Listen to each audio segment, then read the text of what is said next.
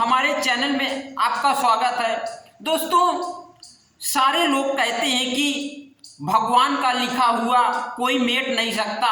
जो भगवान वहाँ से तुम्हारे साथ में लिख करके भेजते हैं वही तुम्हारे साथ होगा, और जो कुछ तुम्हारे साथ में होने होगा वही तुम्हारे साथ में होगा, क्योंकि भगवान का लिखा कभी मिट नहीं सकता और ना इसे कोई मेट सकता है। तो आइए इसी बारे में आज चर्चा करते हैं। भगवान की नगरी काशी में एक ज्योतिषी रहते थे और वो ज्योतिषी सारे लोगों का हाथ देखते थे।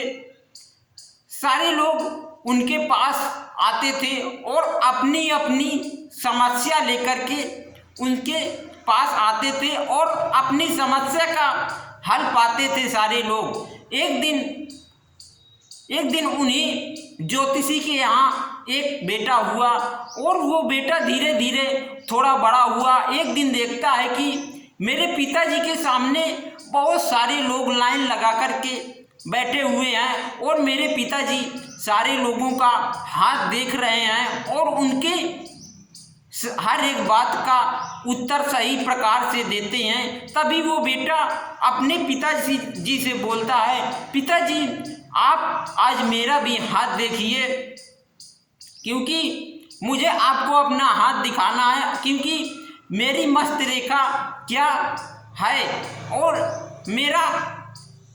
मेरे किस्मत में क्या लिखा है और क्या नहीं लिखा है। तभी उसका पिता बोलता है कि बेटा अभी तुम छोटे हो, अभी हम तुम्हारा हाथ नहीं देख सकते, तुम और बड़े हो जाओगे तब तुम्हारा हाथ देखेंगे। उसका बेटा जिद कर लेता है और कहता है कि नहीं पिताजी मेरा हाथ देखो।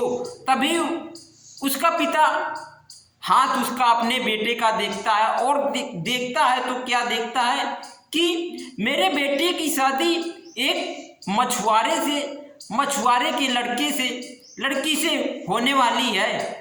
और वो कहता है कि ऐसा कैसे हो सकता है, क्योंकि मैं तो पंडित हूँ, ज्योतिषी, और एक मछुआरे की बेटी से मेरी शादी कैसे हो सकती है। मैं अपने पुत्र की शादी एक मछुआरे की बेटी से नहीं होने दूंगा। तभी वो चल देता है घूमते घूमते और उसी नगर में पहुंचता है जहां पर उसके बेटे की शादी उस लड़की से होनी थी। और वहीं जाकर के बोलता है कि हम ज्योतिषी हैं और हम सारा चीज़ अच्छी तरह से जानते हैं कि तुम्हारे मन में क्या चल रहा है और तुम्हारे साथ क्या होने वाला है और क्या होगा। तभी वो व्यक्ति बोलता है कि आइए पंडित जी आप बताइए, हमारा हाथ देखिए और बताइए कि क्या हमारे साथ में अच्छा होने वाला है या बुरा होने वाला है। तभी वो ज्योतिषी बोलता है तुम्हारे यहाँ पर एक 6 साल की लड़की है जिसका नाम चंद्रा है, वो तुम्हारे यहाँ लड़कियां हैं और कोई पुत्र नहीं है। यदि अगर तुम्हें पुत्र की प्राप्ति करनी है तो इस लड़की को यहाँ से भगा दो या तो इसे कहीं भेज दो, क्योंकि अगर जब तक ये लड़की रहेगी तब तक तुम्हारे यहाँ पुत्र की प्राप्ति कभी नहीं हो सकती है। तो उस ज्योतिषी की बात वो व्यक्ति मान गया और कहता है कि यजमान आप बोलो कि मैं इस पुत्री को क्या करूं। तभी वो पंडित जी बोलते हैं कि ऐसा करो कि इस लड़की को मुझे दे दो और मैं इसे ले लूँगा, मैं इसे पाल लूँगा, बड़ा कर लूँगा।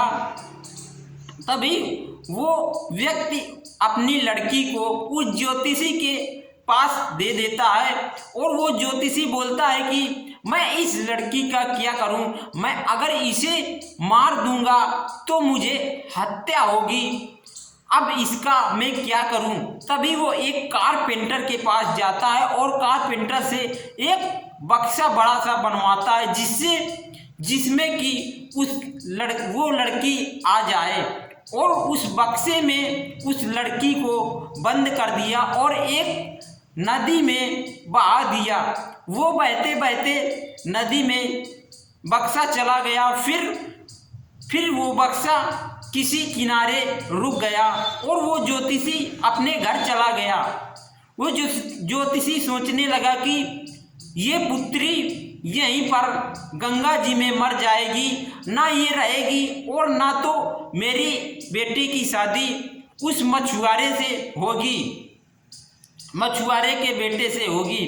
तभी वो बक्सा नदी के किनारे जाकर के रुक जाता है और एक ब्राह्मण सुबह सुबह पूजा करने के लिए आता है और वो देखता है कि एक बक्सा पड़ा हुआ है। वो बक्सा खोल करके देखता है तो उसमें एक पुत्री होती है और वो पुत्री को उठा लेता है और अपने घर में ले आता है, क्योंकि उसके घर में कोई संतान नहीं थी। उस पुत्री का वो पालन पोषण करता है और सेवा करता है। जब उसकी पुत्री बड़ी हो जाती है तो वो शादी करने लायक लड़का देखता है और वो लड़का देखता है, उसे लड़का कहीं नहीं मिलता। तभी लोग कहते हैं कि काशी में एक पंडित जी के यहाँ पर एक लड़का है, वो अपने लड़के की शादी करने के लिए तैयार है। तभी वो व्यक्ति उस पंडित जी के पास पहुँच जाते हैं और उस पंडित जी से अपनी पुत्री का रिश्ता लेने के लिए जाते हैं और वहाँ पर उनका रिश्ता पक्का हो जाता है और उन दोनों की शादी हो जाती है। तो दोस्तों, क्या भाग्य का लिखा कभी मिट सकता है या कोई मिट सकता है? दोस्तों, हमारे भाग्य में जो होगा वही मिलेगा। अगर हमारे भाग्य में जितना लिखा होगा उतना ही हमें मिलेगा, ना तो उससे ज़्यादा मिलेगा और ना तो उससे कम मिलेगा, क्योंकि भाग्य का लिखा हुआ कोई नहीं मिट सकता। तो इसी प्रकार हमें अधिक चिंता नहीं करना है। जितना हमारे भाग्य में होगा उतना ही हमें मिलेगा, उससे ज़्यादा हमें नहीं मिलेगा, क्योंकि मनुष्य हर एक समस्या से परेशान रहता है और समस्या उसी के पास होती है जो व्यक्ति आगे बढ़ना चाहता है। क्योंकि मनुष्य जब आगे बढ़ना चाहता है, जिसके पास समस्या होती है वही व्यक्ति आगे बढ़ता है, और जो व्यक्ति संघर्ष करता है तो वही व्यक्ति आगे बढ़ता है। तो हमें भी अगर संघर्ष करना है तो हमारे पास अनेक प्रकार की समस्या आएंगी और लोग हमें ताने भी मारेंगे, लेकिन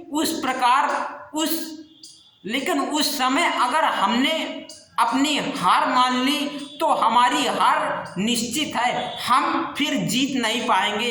तो इसी प्रकार हमें हंसते रहना है और हर एक समस्या को लेकर के नाराज नहीं होना है और परेशान नहीं होना है, और हमें हंसना है, क्योंकि हंसना ही जब हम हंसते हैं तो हमारे चेहरे पर रौनक आ जाती है, और जब हम उदास होते हैं तो हमारा चेहरा बदसूरत दिखने लगता है और हम अच्छे नहीं दिखते हैं। तो इसी प्रकार हमें अपने कार्य को ध्यान से करना चाहिए, और कोई भी कार्य करे तो उसमें पूरा मन लगा करके करना चाहिए।